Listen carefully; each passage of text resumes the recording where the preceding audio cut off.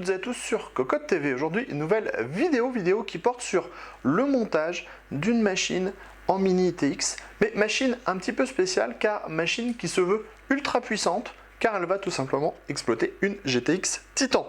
Une carte graphique qui est tout simplement la carte graphique mono GPU la plus puissante du marché actuellement.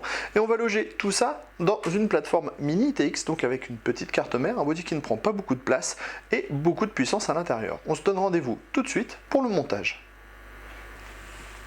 Avant de nous lancer dans le montage de cette configuration, faisons le tour des composants que nous avons choisis. Dans un premier temps, parlons du boîtier qui n'est autre qu'un Bitfenix Prodigy, un boîtier qui permet d'accueillir des grandes cartes graphiques ainsi que des kits water cooling jusqu'à 240 mm.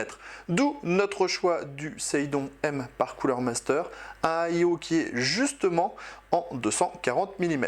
Pour alimenter notre configuration, nous avons choisi un bloc qui provient lui aussi de chez Cooler Master, à savoir un Silent Pro M2 620 watts qui correspondra parfaitement à la puissance nécessaire pour notre configuration. Le bloc propose une certification 80+ Gold. Découvrons maintenant les composants hardware de notre configuration. Faisons maintenant le tour des composants que nous allons exploiter dans cette configuration mini ITX. Nous avons tout d'abord une Nvidia GeForce GTX Titan. 2 fois 4 Go de DDR3 2400 MHz qui proviennent de chez Adata, référence Gaming Series. Nous avons ensuite une carte mère mini ITX EVGA Z77 Stinger, un SSD SP900 qui provient lui aussi de chez Adata et qui totalise 256 Go d'espace de stockage. On retrouve également un processeur 3770K qui provient de chez Intel. Et enfin, nous avons un disque dur de 1 Teraoctet, histoire de stocker les données de votre machine. Passons tout de suite au montage.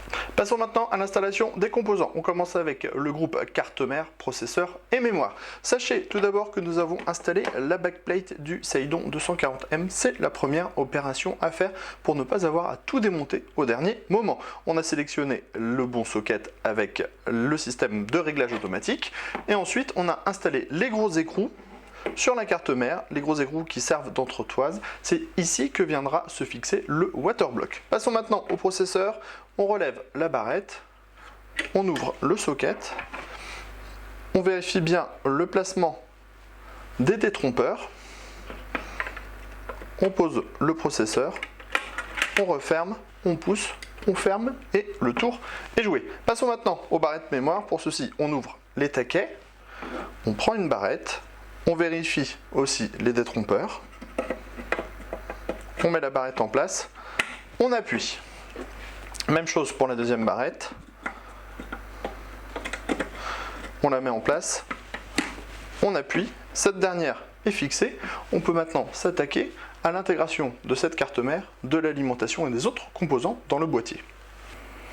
Avant de passer à l'installation des différents composants, sachez que nous avons apporté quelques modifications au boîtier, des modifications que tout le monde peut réaliser. Sachez tout d'abord que nous avons retiré la baie 5,25 pouces, non pas que nous ne voulions pas de lecteur optique, mais il est nécessaire pour installer un radiateur de 240 mm de retirer cette baie 5,25 pouces. Sachez qu'elle est maintenue par 6 vis.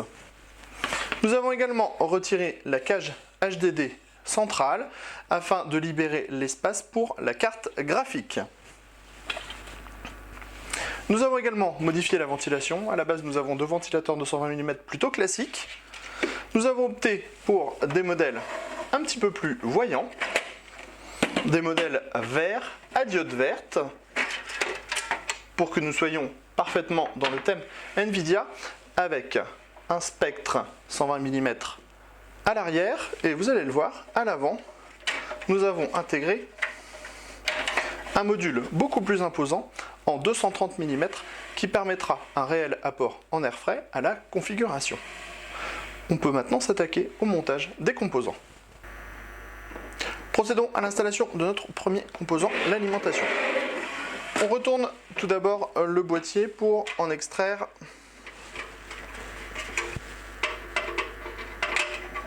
la plaque de fixation.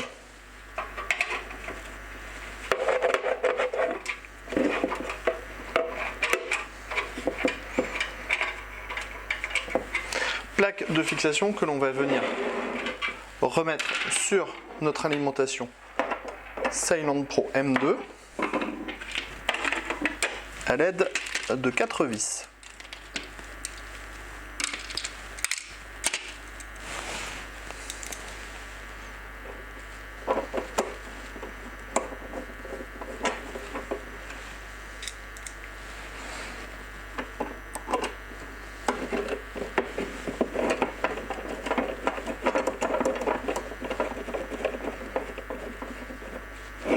Vous remarquerez qu'on a posé tous les câbles modulaires à l'avance. Nous avons donc compté les câbles qui nous étaient nécessaires pour notre configuration. Car l'espace à l'intérieur est réduit, il faut donc passer les câbles en premier.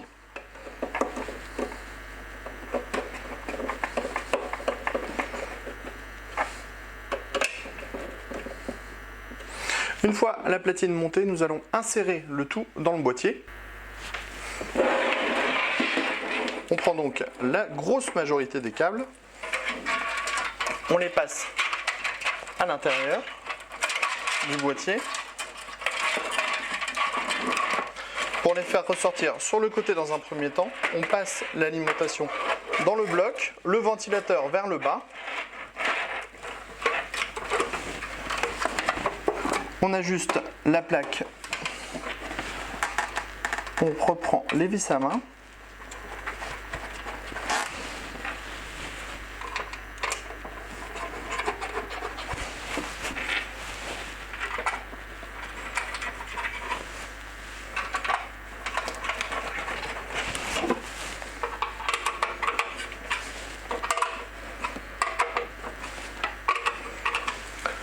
Comme on le voit, l'alimentation est maintenant en place. On va s'intéresser à la carte mère de suite. Après une petite organisation des câbles, nous allons donc installer la carte mère. Tout d'abord, la backplate, indispensable. On la place à l'arrière. On appuie pour la faire passer dans l'emplacement comme ceci. Nous allons maintenant retirer le capot supérieur du boîtier afin de libérer l'espace pour pouvoir passer notre tournevis. Nous prenons notre carte mère, nous l'installons à l'intérieur, on la place correctement au niveau des ports à l'arrière. Une fois cette dernière à l'intérieur du boîtier, on la fixe à l'aide de 4 vis.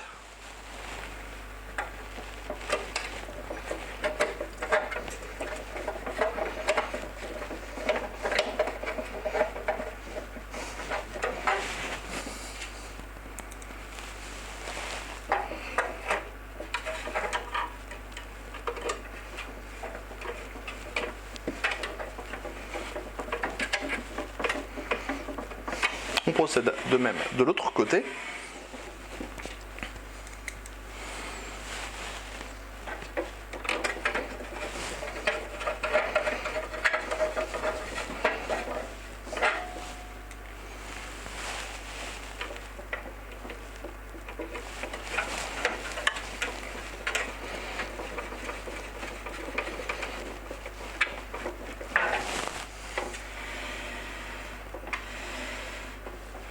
Passons à notre I/O.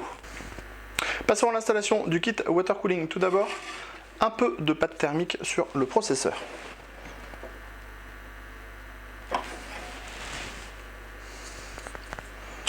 Une fois cette opération faite, il faut placer le water block et la pompe au-dessus, le ventirad au-dessus, le CPU.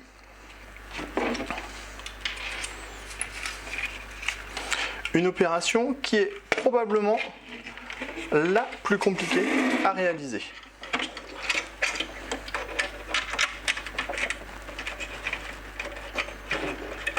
On commence par visser à la main.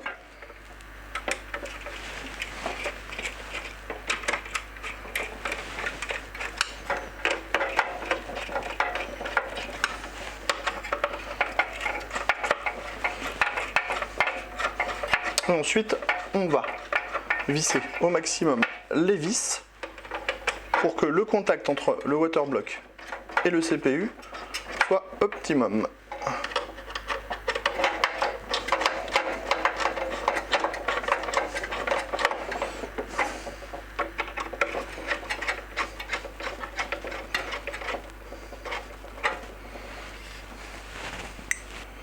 Maintenant, la fixation du radiateur.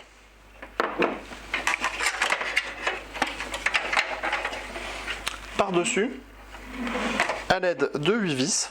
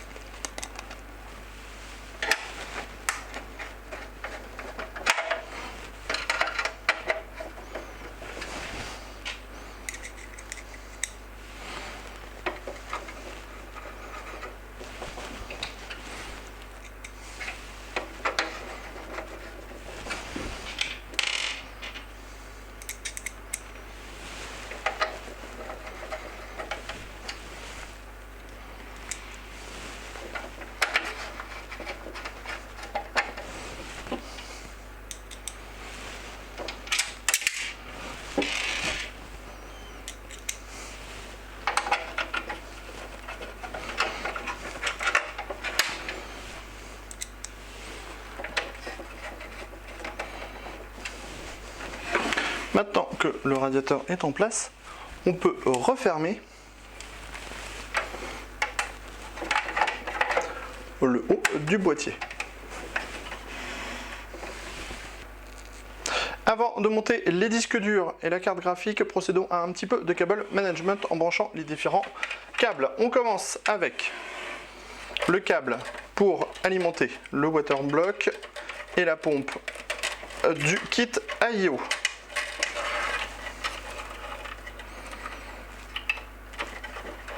On branche également les ventilateurs du AIO.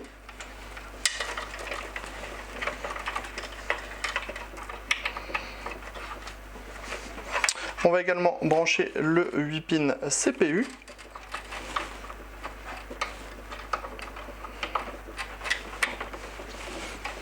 Et enfin le connecteur 24 broches pour la carte mère.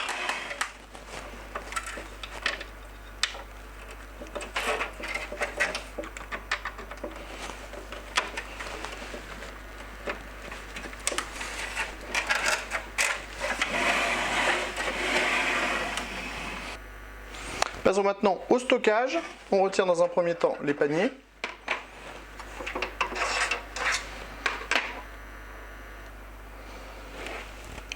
On prend notre disque dur. On place les ergots en face des trous de fixation.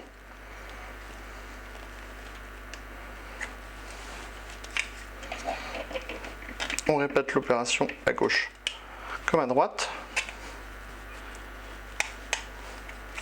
Et on peut ensuite placer le disque dur dans son emplacement avec le panier.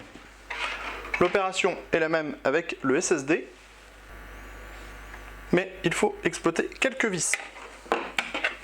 On place le SSD sur le panier, on vérifie l'emplacement des trous de fixation.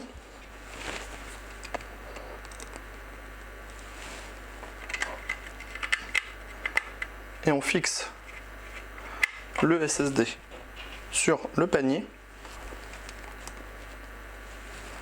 à l'aide de 4 vis.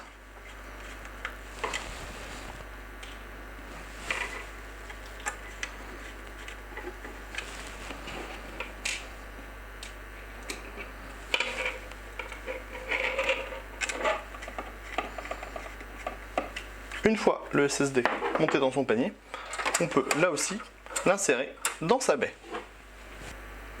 Passons à notre morceau de choix, la GTX Titan, que l'on va donc intégrer dans le boîtier. On se place tout d'abord à l'arrière, on enlève les vis à main.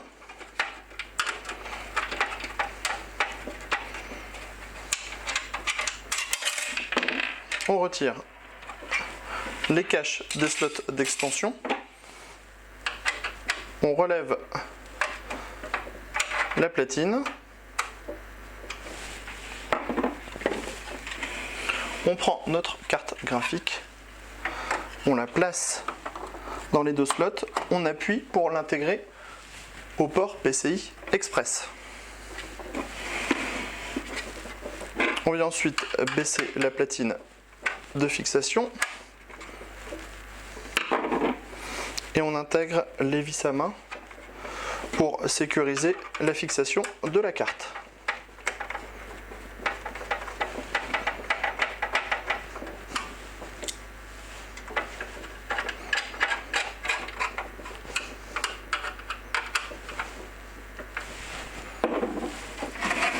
La Titan est donc installée dans notre boîtier.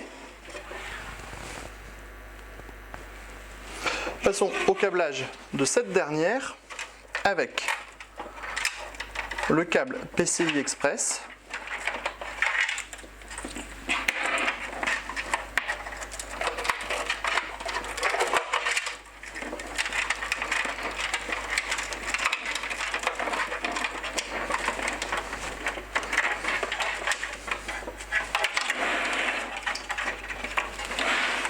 Il est nécessaire d'utiliser un 6 pins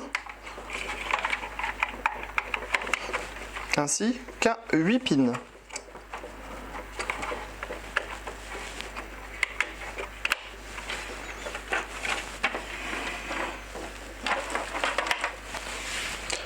Il ne nous reste maintenant plus qu'à réaliser le câble management complet, reposer la façade de notre boîtier et démarrer notre machine pour en connaître les performances.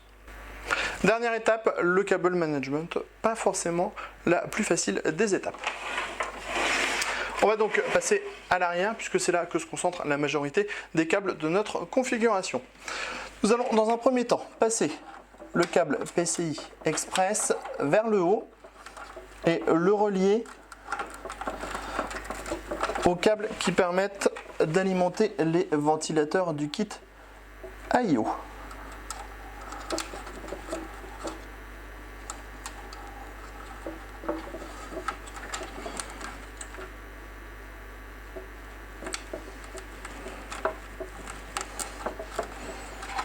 On utilise tout simplement un petit collier, comme ceci. On va ensuite bien disposer les câbles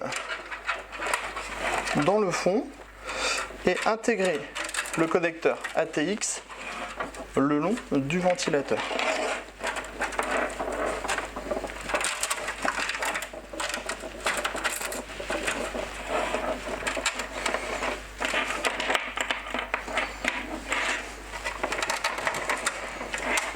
Avant de passer nos connecteurs SATA qui seront installés en tout dernier, nous allons brancher à l'aide de connecteurs 5 volts les différents ventilateurs présents dans le boîtier.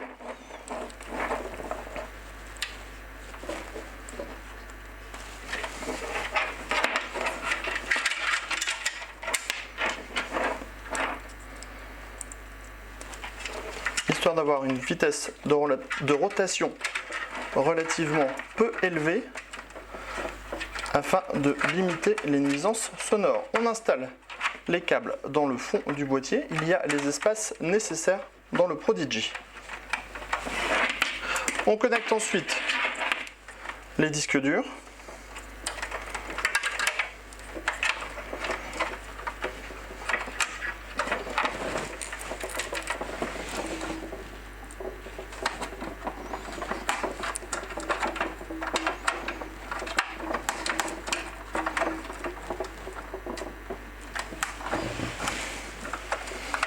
Et on va cacher l'excédent de câbles sous les unités de stockage. Notre ATX 24 broches vient ici, comme ceci, entre le ventilateur et la cage HDD. Les ventilateurs sont donc branchés. Nous allons procéder à un petit regroupement de câbles vers l'avant avec le PCI Express et les câbles des radiateurs.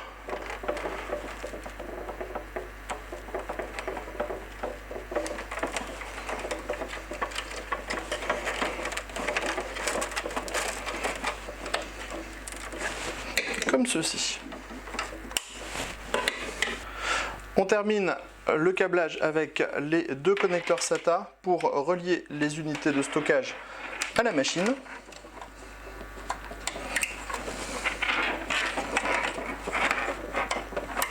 Nous allons faire passer les câbles sur le côté de la rame.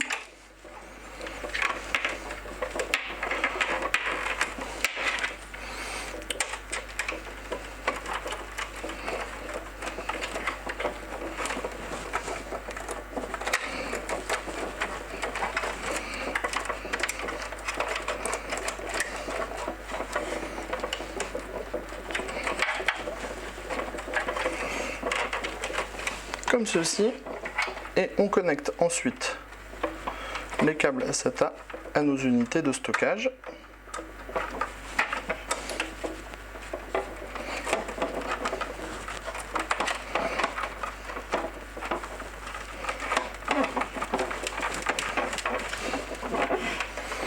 Comme ceci, on le voit, tous les câbles sont regroupés sur le côté. Rien ne dépasse à ce niveau-là. On va remettre la face avant de notre Prodigy, réinstaller les portes et démarrer la machine. Voilà, à la fin de notre montage, nous allons remonter notre belle porte vitrée afin de profiter de la vue sur la GTX Titan.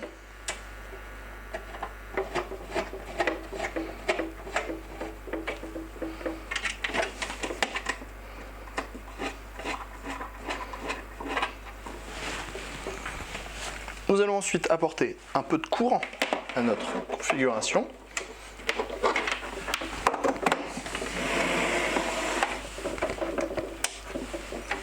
Enfin, on appuie sur le Power On afin de mettre notre machine en route et profiter de ses performances. C'était la vidéo de montage Mini TX GTX Titan. C'était sur Cocotte TV et on vous donne rendez-vous très prochainement pour de nouvelles vidéos de montage.